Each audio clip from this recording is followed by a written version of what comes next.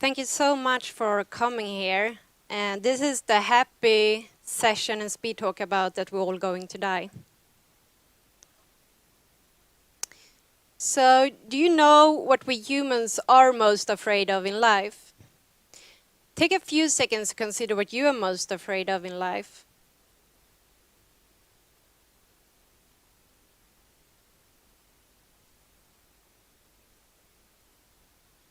When listing what people are most afraid of in life is to stand in front of a crowd of people and talk, as I do today. My name is Frida Mangen, and I'm running a podcast called Agile HR-podden, the Agile HR podcast.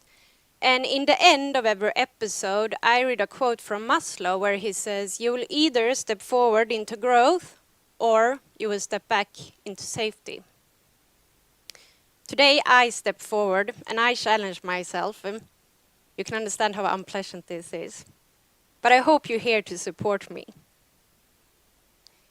Number 2 on this list is to die. Way back when we were cave people, we learned to pay attention to what we can eat and what or who can eat us. And this have actually made us 5 times more sensitive to threats than to rewards. Therefore, to stand in front of a crowd of people is therefore recognized as a threat. What if you don't like what I present? Will I be cut off from the flock then? Perhaps it's better for me just to be quiet. No one wants to be perceived as incompetent. And this is what we within the psychology call conformity. We adapt to fit in with the group. It can be by agreeing, acting, or looking like the others in the group. And this sometimes makes us dumb. For example, in case if a fire starts in a room, we are more likely to get out if we are alone than if it's 3 of us in the room. This can of course also be used in positive terms, such as positive peer pressure. A lot of our social norms in the society are built up by social norms and conformity. This is Svea and Frank, and they are my children. And they hold the highest value to me in life, and of course I want them all the best. But I have started to ask myself one question, and that is if I protect them too much. And it all started when Svea was born. As a parent, you're handed advices from everywhere on how to take care of your children. From how to breastfeed, how often they need to sleep, what clothes are the best to wear, and it continue. What toys are the best? Shall they eat eco or vegan? What helmets shall they use when they go bicycling? And it just continue. And I can see this also happening on a governmental level in Sweden, where they try to create a safe environment as possible for our citizens. And we continue at our workplaces. We create policies, processes, and tools. So the question is, if we just live as safe as possible, won't we die then? Don't misunderstand me, I think it's a good thing to consider safety. It's just that I believe that if we stop to think for ourselves when there's always someone out there who take care of us. And I believe by decreasing the sense of individual responsibility, that correlates with an increase of expectation from the individual towards others. And I also believe that this creates unrealistic expectation of reality, which causes people to be disappointed and maybe also sick in the end. And this is what we can see in Sweden right now. We can see that anxiety increase as well as work-related stress. We can see that academics in Sweden, they're not to start their own businesses. We can see that sick leave due to memory disordering is rising. And we can see that 84% of the European workers feel unmotivated at their workplaces. And we can see that mental health among young and adults in Sweden are increasing. We haven't had such a high standard of living in Sweden as now, and nevertheless, we're not feeling well. And I think that one solution, one of these million dots that David was talking about, is to stop treating people as children. They can claim their own responsibility, and they need to make their own mistakes. And as a parent, as an employee, as government, it's okay to be good enough. Instead, I think we need to focus on all the brains and all the capacity of all individuals. The world is changing rapidly, and we live in a complex context, as we have been talking about today. So we can't protect ourselves with help of policies, government agency, etc. It's not enough. There is a learning model called 70-20-10 model. It's based from research from the 60s until today. And it states that we learn 70% from our own experience and mistakes in our daily work. And that we learn from 20% in interaction with others, from coaching, mentorings, etc. And 10% we learn from these classical training programs. So I therefore believe that we as organization need to start to create a ground where people can learn to teach themselves, where they can make the mistakes and learn from them and evolve in their daily work. And that's primarily by experimenting, making mistakes, thinking critically, and continuously learning. So how can we achieve this then? I believe that we need to start from the very roots. I believe that we need to start with the psychological safety. And this is what we tried to build up at my previous workplace, DEC Technologies. We started with the psychological safety and the culture.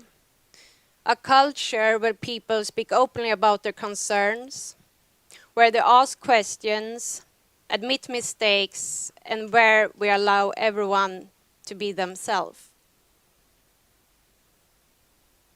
So how did we do this? To start with, I would say that this is a continuously journey and you're never done, but these are some of examples on what we have been working on. We started with our core values. During a conference, we sat together in groups and brainstormed and came up with ideas of what we believe is our culture and values in our organization. And then we had a dot voting and decided upon trust, passion, and collaboration. And later, we had workshops around these values, and then we have tried to implement them in the organization, from the recruitment process to peer reviews, salary reviews, etc. And I would say that these core values are the foundation for DEC when it comes to feel that you can be yourself, stick out, and make experiments. Number 2 is to make experiments. We early admitted that we talked a lot about where and why, but that we didn't know how, and that we believe that experimenting is the way forward. And the few managers we had early acknowledged that we didn't have all answers and that we need everyone to be part of the journey. We have also tried to create a culture where blame game doesn't exist and where people trust each other and learn from mistakes. And where we keep promises and give notice if we can't. And where we help each other to solve problems, share knowledge, and grow together. And this is once again based on the core values, trust, passion, and collaboration. And at DEC, there are no silly or dumb questions. Everyone is responsible for the organization at DEC.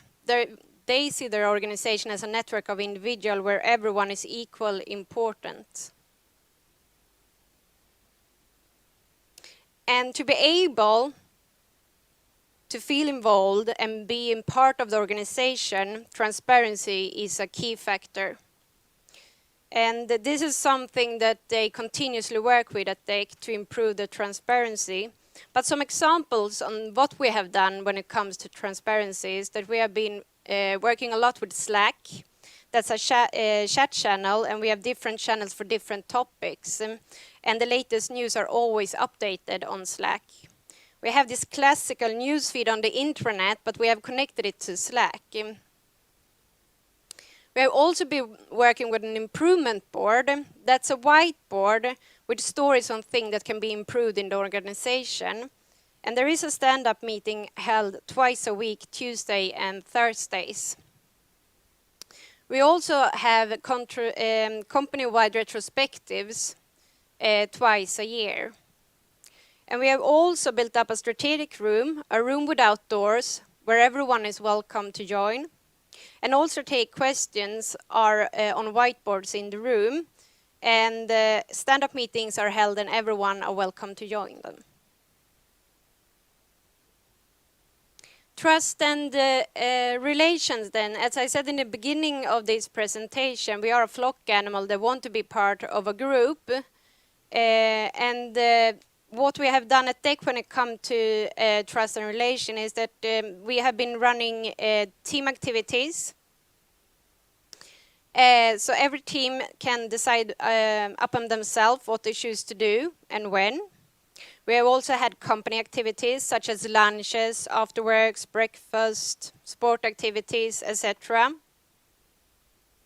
And we also built up a team culture where we value team achievement higher than the individual one.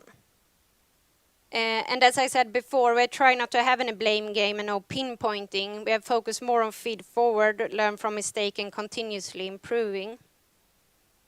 We have also tried to decorate and create an office that we feel like your second home and that we take care of like our second home.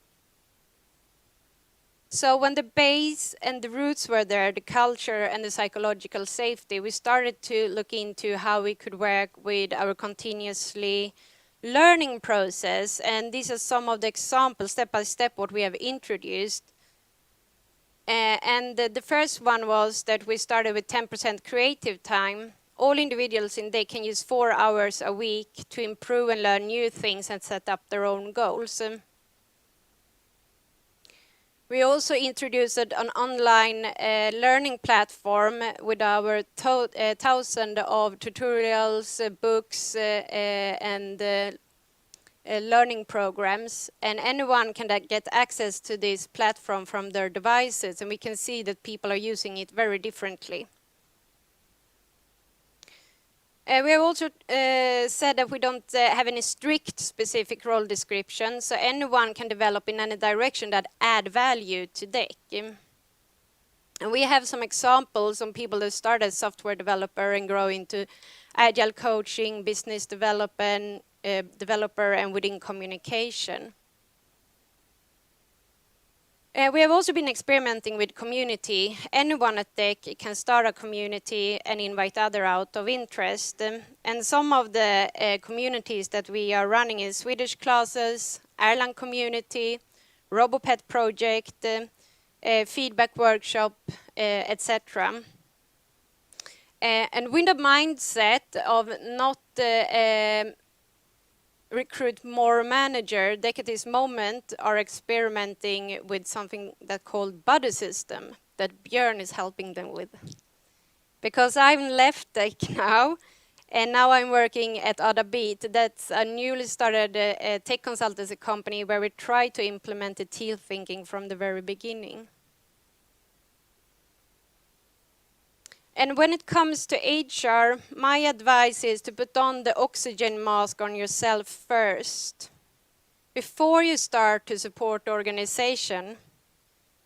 I often experience many people within HR afraid of making mistakes, including myself. And many of us feel that we have to have all the answers. And once again, it's okay to be good enough. And making mistake is part of the learning process. And I think we can support HR with this. And as Benjamin Franklin once said, those who would give up essential liberty to purchase a little temporary safety deserve neither liberty nor safety. So we're all going to die, but let us first live. Take one step forward, challenge yourself. I'm still standing here. And thank you so much for listening to me. And I would be so happy if you like to connect to me on LinkedIn. Thank you.